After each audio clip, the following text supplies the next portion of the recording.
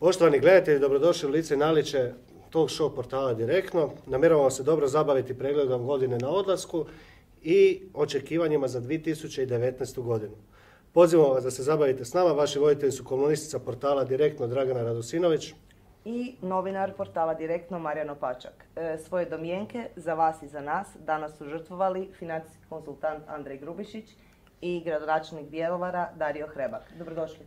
Gospodin Hrebak, kriminalist s Visoke policijske škole, više godine u vrhu hrvatskih liberala, namjerava promijeniti negativan imidž HSLS-a. Gradonačelnik je kod kojih se socijalna pomoć zarađuje, gradska usluga seli na internet i ne treba puno ljudi da radi za njega. To ga razlikuje od 127 drugih gradonačelnika. Gospodin Grubišić je financijski konzultant kojeg razumiju i srednjoškolci. To vjerojatno može zahvaliti svojim švicarskom i američkom obrazovanju, voli komentirati hrvatsku ekonomsku svakodnevnicu i još uvijek se nada da ćemo svi živjeti bolje ako se država prestane petljati u gospodarstvo. Gospodine Grubišiću, ministar Zdravko Marić u zadnje 2 godine je smanjio porez na rad. Može li porez na rad biti još manji? Pa ukupna državna potrošnja, znači centralni proračun, lokalne uprave, samouprave, različiti fondovi, zavodi i tome slično, godišnje troše negdje oko 170 milijardi kuna. I promatrajući jednu prosječnu hrvatsku obitelj, gledajući njihove troškove, nerijetko je zaključak da je 5 ili 10% naših redovnih troškova ishitreno ili nije u potpunosti racionalno, a trošimo vlastite novce. Pa sada kada to prelijemo na državne novce, gdje državni političar ili birokrat zapravo troši tuđe novce, a ne vlastite, onda ako uzem 10% od 170 milijardi, to je 17 milijardi, a razumnim smatram da je to puno više od 10%, pa ako je 20%, to je 35 milijardi kuna, što zapravo sugerira da se jako puno novaca baca iz helikoptera i da ima prostora za smanjivanje općenito poreznog opterećenja u Hrvatskoj. Rad je samo jedna od tih kategorija. Gospodine Hrebak, vi biste se pretpostavljam složili da neoporezivi dio plaće iznosi 5.000 kuna s obzirom na prosječnu plaću u Bjelovaru. Zašto to ne može proći na razini države? Pa zato što je država preskupa. Dakle, vi da biste to mogli napraviti, morate imati određeni financijski kapacitet. Dakle, ako mi rasteretimo dodatno gospodarstvo, naravno vi morate to na neki način nadomjestiti jer imate davanja u mirovinski i zdravstveni sustav. I s druge strane imate ogromne, dakle veliki dio proračuna Republike Hrvatske je determiniran. I sad vi morate, ako bismo podignuli, dakle, rasteretili gospodarstvo, a ako imamo odgovorne gospodarstvenike, dakle, oni bi onda svojim radnicima dali puno veće plaće. A s druge strane, država mora onda taj dio namiriti kroz određena davanja, dakle, u mirovinsko i zdravstveno. Vi već sad imate situaciju da vam se jedan veliki dio davanja za mirovinsko i zdravstveno dobiva iz proračuna, ne iz upravo tih, rekao bih, dodatnih fondova, ako to tako mogu nazvati, a onda vam to praktički ispada mirovinsko i zdravstveno više nisu doprinosi, nego su oni u biti porezi. Tako da, s te strane ja uvijek jesam za to da se dakle podigne neoporezivi dio plaće, ali da bismo to mogli dobiti moramo napraviti prave istinske reforme u Hrvatskoj. Ono što ne mogu shvatiti da još uvijek je taj jedan, rekao bih, birokratski, socijalistički način razmišljanja u Hrvatskoj, da ljudi ne gledaju da dignemo neoporezivi dio plaće na 5.000 kuna, nego jedna velika većina i dalje misli populistički i socijalistički da trebamo dignuti minimalnu plaću na 5.000 kuna, a to je velika razlika. A vi ćete onda do kraja vašeg mandata u Bjelovaru ukinuti prirez, je li tako? Pa gledajte, ja sam najavio da ću ukidati prirez u gradu Bjelovaru. Meni je, što se tiče prireza, dakle imamo 12% prirez, što je izuzetno veliko. S druge strane, mi smo sad u strašnoj ekspanziji što se tiče europskih fondova. Ja se želim u sljedeće 2 godine, dakle mi smo u zadnjih 1,5 dana, kako sam preuzeo grad, sa začelja ljestvice gradova uspješnih po izvlačenju sredstava iz europskih fondova, skočili smo na 10. mjesto. Dakle, u ovoj godini plan nam je biti među prvih 5. Dakle, mi moramo imati 1 kunu da bismo dobili 4 kune. Bjelovar je relativno, nije grad, ajmo reći, bogat kao neki drugi gradovi, a ono što definitivno moramo ojačati, osnažiti infrastrukturu i onda definitivno moramo ići na sniženje prireza. Razgovarao sam sa dosta ekonomista u Hrvatskoj, specifično, svaka je specifičnost. Ne? Što se tiče grada Bjelovara, definitivno mi predlažu da prvo pokupimo što više novaca iz europskih fondova, da napravimo infrastrukturu. Kad napravimo infrastrukturu, onda skidamo prirez kako bi nam građani imali veći standard. Ja vjerujem da bi skidanjem prireza još jednim dijelom dodatno živnulo gospodarstvo u gradu Bjelovaru. Gospodine Grubišiću, do sad mi Hrvati smo uspjevali izbjeći taj porez na nekretnine. Hoćemo li uspjeti dalje naredne godine? Pa nerijetko su neke stvari u Hrvatskoj implementirane zato što je to rekao ili nametnuo netko drugi. Kroz hrvatsku povijest mi smo nerijetko osvjedočili da su ekonomijom u Hrvatskoj upravljali neki centri koji nisu bili ovoga u Hrvatskoj. Danas je to Brisel. Meni je apsolutno neprihvatljivo da zato što je neki birokrat iz Brisela rekao da 5 ili 10 drugih zemalja ili 20 u Europskoj uniji ima neki porez, a taj porez mora imati i Hrvatska. Za Hrvatsku mi moramo shvatiti što funkcionira, što je dobro za nas, a ne što nužno imaju neki drugi. Jer za bilo koju situaciju u ekonomiji vi ćete naći ekonomije u svijetu koje imaju to implementirano i dobro je, ili imaju to implementirano i nije dobro. Znači, mi moramo vidjeti što je dobro za nas. Generalno, ovo podneblje i ovaj mentalitet, empirijski podaci pokazuju, sa ovolikim udjelom države mi živimo sve lošije i lošije, za razliku možda od nekih drugih podneblja, gdje toliki udio države u gospodarstvu ipak rezultira ili kreira veći standard življenja nego 1% državne potrošnje u Hrvatskoj. Dakle, razvidno je da kod nas jako puno države i jako puno oporezivanja ne rezultira boljim životnim standardom. I zato ja zagovaram tezu da mi trebamo stvari obrnuti. Mi trebamo raditi na tome i vidjeti iz čega se država sve treba povući, ali ako kažem da se država povlači, to znači da i vraća novce građanima, a ne da im uzima dodatne novce kroz dodatne poreze. U tom smislu sam apsolutno protiv uvođenja poreza na nekretnine. Je li ima dovoljno bogatih u Bjelovaru da plate porez na nekretnine ako ga budemo morali uvesti zbog diktata? Pa gledajte, sigurno da ima. Uvijek imate ljudi koji su bogati, imate ljudi koji srednji su, imate one siromašnije. To je činjenica. Što se tiče poreza, ja isto tako imam sličan stav kao je gospodin Grubišić. Dakle, u jednom segmentu mi sa uvođenjem poreza na nekretnine uspostavljamo red, to je jedna stvar, to je sigurno, ali s druge strane uvodimo porez što nikada nije dobro i poticajno za razvoj bilo čega, posebice gospodarstva. Tako da sad, izgledajući iz perspektive gradonačelnika, imamo uvijek kod nas postoje ljudi koji vole izbjegavati određene regule. Uvođenjem poreza na nekretnine mi bi dobili učinkovitiji doduše sustav što se tiče dakle i komunalne naknade, objedinjavalo bi se, to bi se stvorio jedan porez, ali dugoročno gledajući općenito ja sam za ukidanje bilo kakvih poreza. Dakle, sad je tu teško se izdvojiti iz ove pozicije gradonačelnika, gdje uvijek volim red, da pravila budu jednaka za sve građane, a s druge strane opet nekakav moj liberalni svjetonazor kaže da uvijek što manje poreza to bolje. Tako da, evo, tu imamo nekako slično stajališta oko toga. Prije sam za uvođenje poreza na nekretnine nego što sam protiv, iako kažem, realno gledajući, nijedan porez nije dobar. A kako biste vi mogli donijeti odluku kad biste morali sad? Kada bih ja morao donijeti odluku? Podvojenost. Pa gledajte, to je sad uvijek ono pitanje koju funkciju obnašaš. Dakle, što se tiče, ja nemam utjecaja na to da li će biti poreza u Bjelovaru na nekretnine ili neće biti poreza na nekretnine, ali na državnoj razini vrlo vjerojatno bih bio za uvođenje poreza na nekretnine. Samo zbog toga što imamo previše tu nereda u cijeloj toj priči, radije bih, iskreno, mi moramo biti gledati malo realno na život. Ja bih radije uveo porez na nekretnine i skinuo porez na plaće. Dakle, tu bih radije stimulirao ovaj gospodarski dio, a uveo ovaj porez na nekretnine, odnosno, evo. Ja ne bih uveo porez na nekretnine i rasteretio bi rad. Jedno i drugo. To bi ja volio, ali realno nekada ne možeš napraviti sve, jel tako? To je problem. Jel možemo napraviti sve? Apsolutno možemo. Pa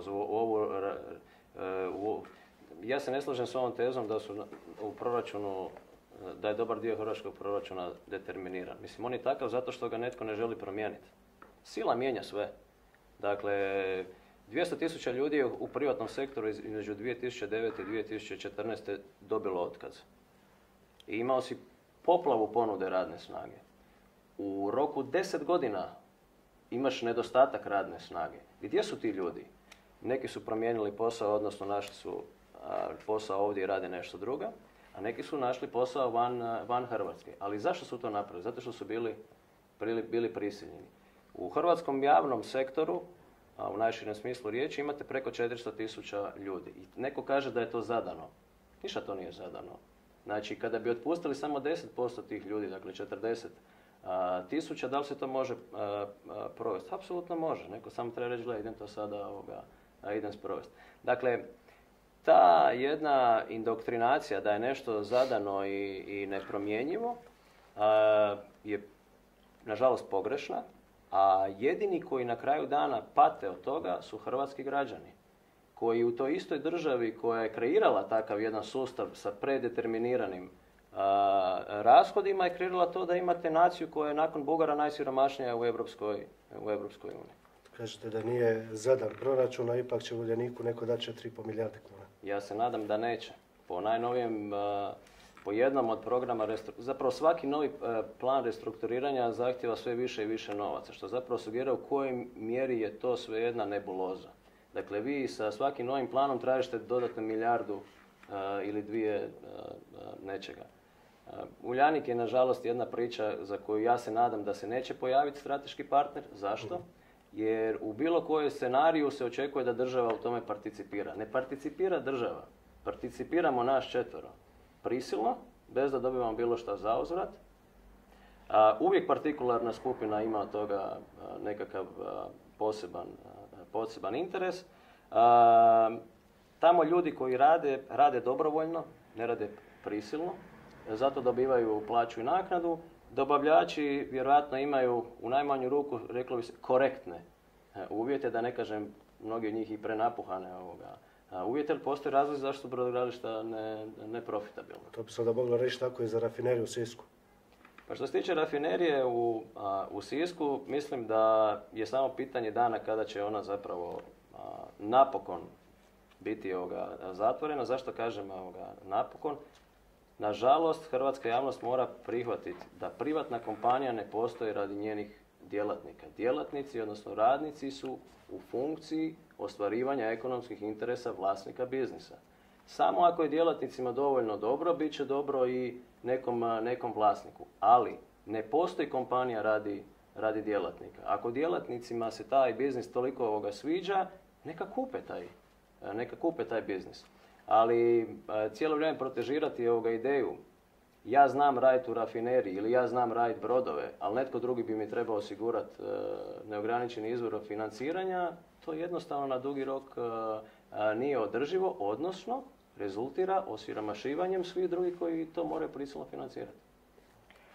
Gospodine Hrebak, vi ste izazvali malu političku sablazan kad ste bili prvi političar zapravo koji je rekao da Uljanik treba zatvoriti. Jeste se čuli možda u međuvremenu sa vašim kolegom Borisom Miletićem, gradonačelnikom Pule? Pa jesam, ali i dalje se ne slažemo. Ne slažete se? Držim ovo što je rekao gospodin Grubišić, otprilike to tako izgleda. Dakle, i kad sam rekao da je determiniran proračun, ja govorim o polazišnoj točci. A s druge strane, jedno je ono što ja isto gledam kako bi država trebala izgledati. To je sasvim nešto drugo. Dakle, što se tiče Uljanika, stvari su tu vrlo jasne i čudo se što je rekao gospodin Grubišić, da se ne ponavljamo. Dakle, što se manje država petlja u gospodarstvo, svima će nam biti puno, puno bolje.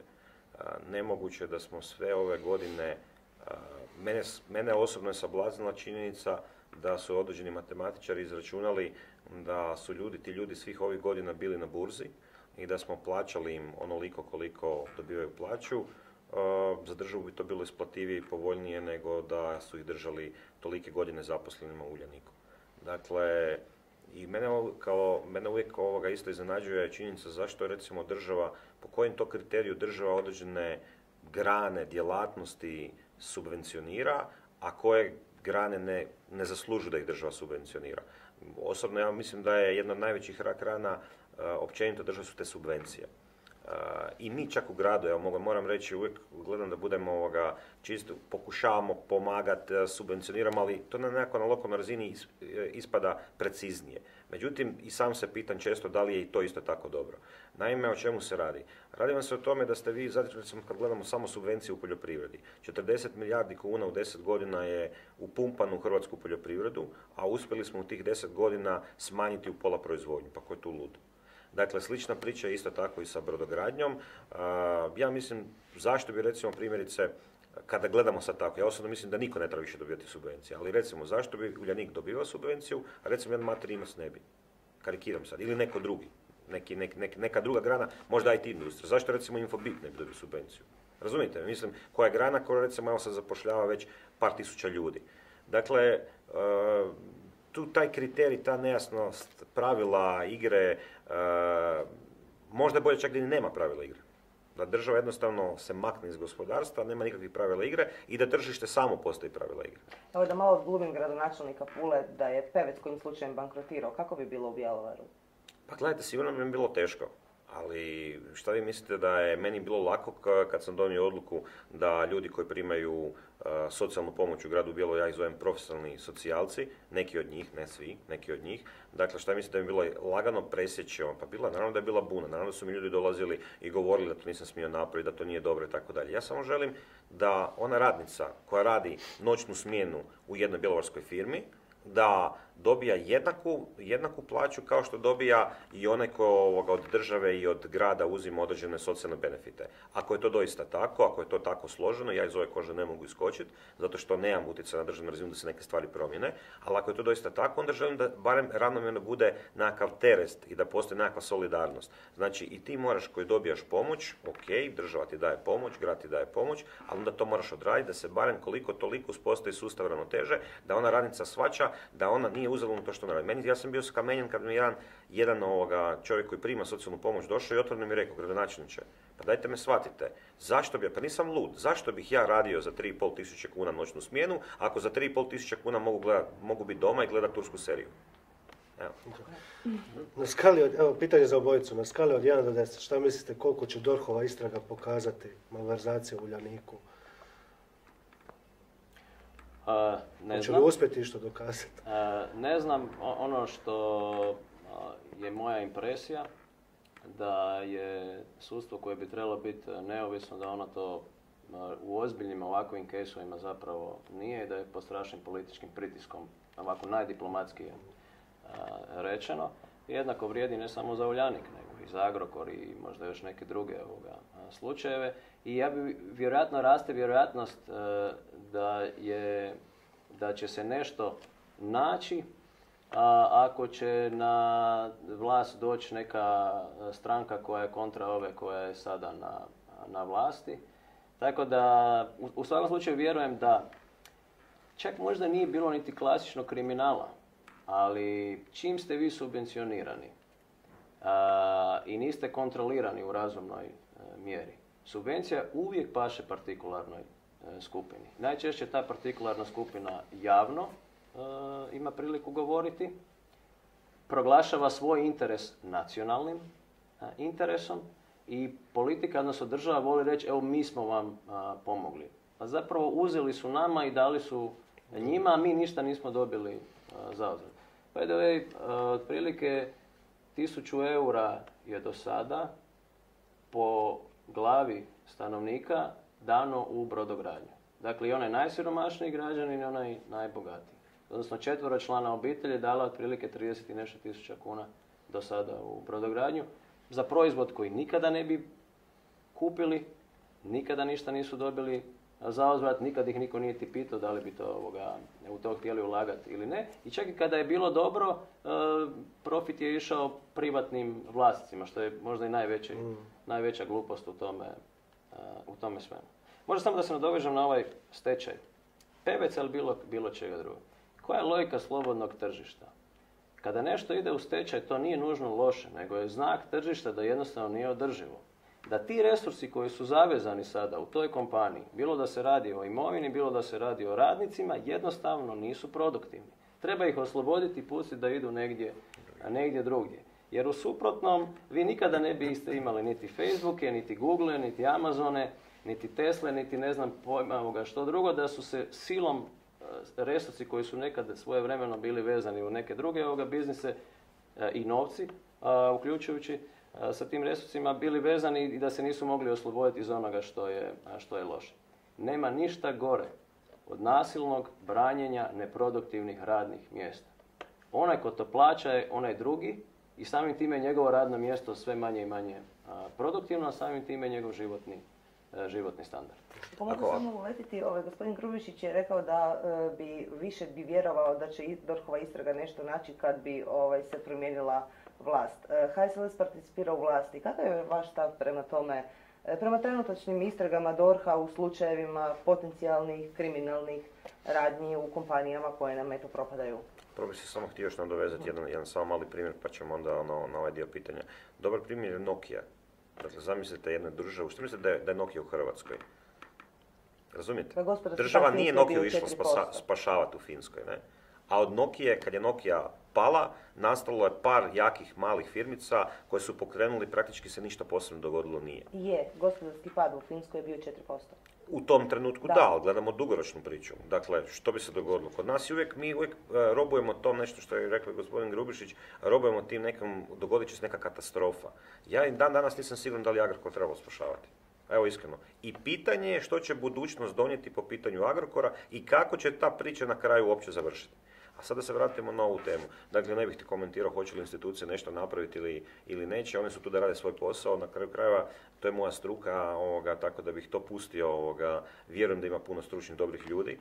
Činjenica je da politika uvijek svoje prste želi u sve to uplesti, ali ono što želim komentirati vezano za Uljanik, mene Uljanik podsjeća na sve one priče koje sam slušao od svoje tate i mame. Ne? Tipična jedna socijalistička firma gdje mažnjavaju svi, od tajnice, čistačice pa do glavnog direktora. Samo ovaj malo uzme farbe, ovaj malo uzme, ne znam, fotokopirnog materijala, a ovi gore sa ljubavnicama odlaze na Maldive i tako dalje. Karikiram sad, ne želim, sve što sam rekao nije stvarni primjer, ali takav građani stječu takvu percepciju i to su jednostavno ostaci jednog socijalističkog mentaliteta koji je dalje prisutan. I onda kada gledam, meni je žao tih ljudi, pazite, mi moramo isto tako, to treba javno reći, ja sam vrlo empatičan prema tim ljudima, ali znajte, jedno je izražavati empatiju, a drugo je biti racionalno hladne glave i odlučiti što je najbolje za državu u ovom trenutku. Čuli ste koliko građana Hrvatske je plaćalo upravo takvu priču u Uljaniku. Da li je to pravedno? Pa mislim da nije. Ja mogu razumjeti ljude koji su ostali bez posla, a država na neki način će sigurno iznaći načina, iako i to je sad upitno da li država treba tu nešto pomagati, ali čuli ste, isplativije je bilo da su ti ljudi na plaći, nekakvom rekao da država plaća i plaću i doprinose da ne rade ništa, nego da budu zaposleni u grani koja ne donosi apsolutno ništa. I nije tu samo Uljanik, imamo mi još tu nekoliko firmi koje će sigurno u nekakvoj skoroj budućnosti isto izaći kao rekao bih, kostur iz ormara. Gospodine Hrebak, bili ste saborski zastupnik, sad ste opet gradonačelnik, vjerojatno što opet bi sutra saborski zastupnik. Znači imat ćete priliku glasati o proračunu. Znači, s obzirom na vaš proračun u Bjelovaru, vjerojatno ćete glasati za nekakvu manje rastušan proračun državni. Gledajte, dakle, ja gledam barem na politiku jer sam političar. Kada sam bio u Saboru, bio sam 8 mjeseci, bio sam i jedno vrijeme državni tajnik. Ja se osjećam sad najbolje u ulozi gradonačelnika upravo zato što nemam nikakvog šefa iznad sebe. Vi dok god ste u policiji, pitali ste mi odnos HSLS, HDZ u vladi Republike Hrvatske. Dakle, ja prvo kao član HSLS-a ne vidim neku veliku alternativu trenutačno u Hrvatskoj. Nažalost, mi smo tu gdje jesmo sa tim jednim saborskim zastupnikom, podržavamo vladu. Meni recimo ministar Marić, neko kaže ministar Marić radi dobar posao, neko kaže ministar Marić ne radi dovoljno brzo taj posao. Ja mislim da sam relativno zadovoljan kako on to vodi. Mislim da je jedan od boljih ministra financija koje smo imali. Da to treba raditi brže i snažnije, agresivnije, mislim da da, ali pitanje je kakvi su njegovi isto tako odnosi. Ja sam to sve vidio s ovih razina na kojima sam bio. Vi ste stalno taoc nekakvih odnosa, koalicijskih, onako. Dakle, uloga za gradonačelnika po prvi puta sam vidio kako se nešto može dogoditi kada imaš viziju, imaš smjer i želiš napraviti nešto pozitivno za svoj grad, a nisi taoc određenih odnosa. Dakle, mi prvo kada sam i govorio o determiniranosti proračuna. Mi ako želimo promijeniti državu, onda moramo steći određenu kritičnu masu kod građana da stvarno žele nešto napraviti. Stavovi koje reprezentiramo i gospodin Grubišić i ja, mislim, osobno sam uvjeren da mi smo sve probali u ovih 28 godina i nismo probali ovako nešto. Mi jedino to nismo. Dakle, sustav je potrošen, naš birokrat, ne možemo mi moderno gospodarstvo 21. stoljeća više graditi na starom potrošenom birokratskom, administrativnom, socijalističkom, ako hoćete, modelu iz prošlog stoljeća, ali da bismo mi to mogli napraviti, onda ili ćete preživljavati kao što preživljava HSLS, ili ćete ići s jasnim porukama i pokušati dobiti 5 do 10% građana koji ovo što mi reprezentiramo i ovo što predstavljamo, koji jednostavno će to podržati i onda uspješno to pokušati primijeniti da budete kingmaker, da se bez vas ne mogu određene stvari dogoditi, odnosno da se s vama određene stvari mogu promijeniti. Sve to prekrasno zvuči, ali evo gospodine Grubišiću, mi u 2019. godinu ulazimo po dobro staroj metodi bivšeg premijera Ive Sanadera sa bujajućim proračunom koji iznosi 140 milijardi kuna. Je li nama to trebalo i što mi možemo očekivati od 2019. Sukladno rastu javne potrošnje, niskom gospodarskom rastu, trendu iseljavanja? Kako će nam biti 2019. Nije gospodin Sanader bio jedini. U zadnjih 27 godina ja mislim da je bilo samo 2 godine gdje vam proračun nije bio veći u odnosu na prethodnu godinu. To je problem. Dakle, problem je u tome što neovisno o tome što se događa u realnom sektoru, državna potrošnja cijelo vrijeme buja. Ono što se dogodilo u zadnjih 10 godina. Vi imate preko 50% rast potrošnje, imate manji realni BDP nego prije 10 godina, imate više umirovljenika, imate manje stanovnika, imate manje radno aktivnih. To je trenutačno gdje se mi ovoga nalazimo. Očekujem daljnje iseljavanje u 2019. Meni je tak svejedno, rastimo li 2,5 ili 3% na ovako male baze, to u potpunosti nebitno. Ekonomije koje su do 5 puta bogatije od nas rastu po većim stopama. I ne može se ni rast brže kada 2/3 ljudi u Hrvatskoj živi od države. Vi jednostavno nemate dovoljno lokomotiva. Sve dok ne krenemo putem individualne odgovornosti, prepuštanja novaca i vraćanja novaca privatnoj inicijativi, ja ne očekujem znatno bolji život. Dakle, po tome ne treba nešto posebno očekivati u 2019. godini. Ne. Kreditni rating, pa će to rast, padat. To je tako svejedno. Što znači jednom umirovljeniku koji prima 320 eura mirovine ili kreditni rating 3B plus ili ne znam, 2A. To su neke... Možemo li očekivati nekakav rast investicija, stranih možda? Ako već naše firme ne mogu. U Hrvatskoj nije problem nedostatak stranih investicija. U Hrvatskoj je problem nedostatak poduzetničke inicijative. Vi imate premalo ljudi u Hrvatskoj koji su spremni pokrenuti vlastiti biznis. Analize moje pokazuju da 2/3 ljudi u Hrvatskoj živi od države. I zapravo je teško je onda to promijeniti. Mnogi ljudi ne žele promjene. Daj Bože da ovih 5 do 10% doći do tih 5 do 10%. Možda glasaju iz Irske. Dobar dio ljudi želi postati povlaštena skupina, a on ne želi promijeniti model, nego on želi biti taj koji je blizu vatre i koji je povlaštena skupina. Samo više privatne inicijative može povući stvari prema naprijed. Bez obzira bio na vlasti HSLS ili netko drugi. To je istina. Da. Hvala vam lijepa na ovom razgovoru. Ja se nadam da će nam 2019. svima biti bolja. Pa barem ako dobijemo neke novce iz državnog proračuna, je li tako, Marijane? 100.000 I mako možemo aplicirati. Nemojte se sad vi ogriješiti ovoga. Bože sačuvaj. Pa nećete valjda vi živjeti ovoga državnih poticaja. Ne, mi živimo samo od naše privatne inicijative. Nećemo se pridružiti većini. Hvala vam lijepa. Hvala na pozivu.